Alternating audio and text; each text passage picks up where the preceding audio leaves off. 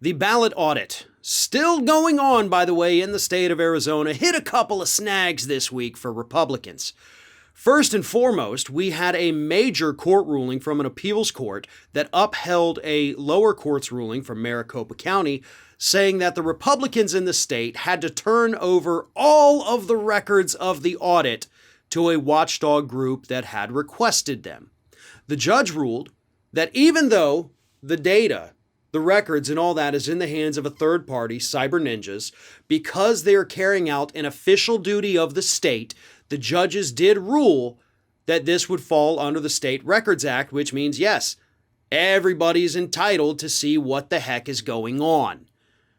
Lower court judge had said the same thing. Republicans in the Senate still refusing to turn over those records. They now have until August 31st to give those records up.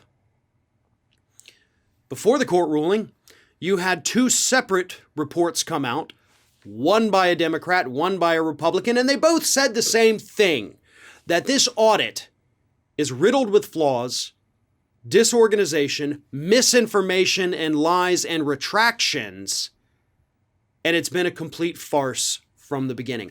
Both reports, the Republican one and the Democrat one, said the same thing, just with different words. And honestly, that's a given, right? We all know that, which clearly is why these Senate Republicans in Arizona are trying to hide the records of this. They don't want us to know all the donors that have come in and paid for this.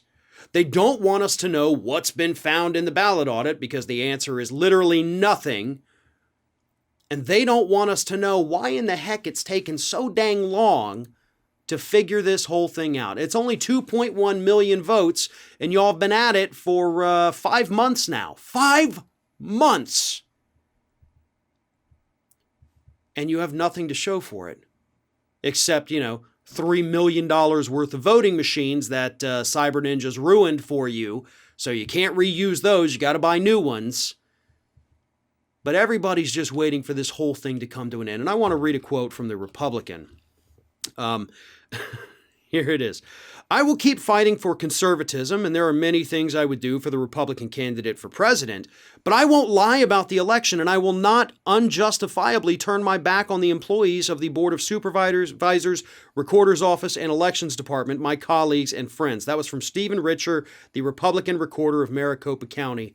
The only thing that has been consistent about this endeavor have been the missed deadlines and having to walk back statements.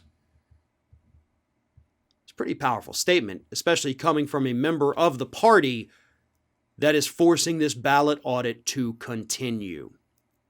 Now, as I have repeatedly said, again, we don't have the results of this audit, but if they had found any evidence of fraud, any evidence of hacking, any evidence of foreign intervention, they would have already done some kind of small press conference and just kind of kept the public up to date.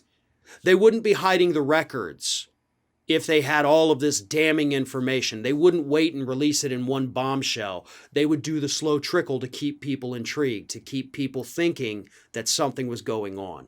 The fact that they haven't speaks volumes. I've been in this business far too long, following American politics, reporting on American politics for nearly 2 decades. We know how these things work when there's actually something to report. And this ain't it.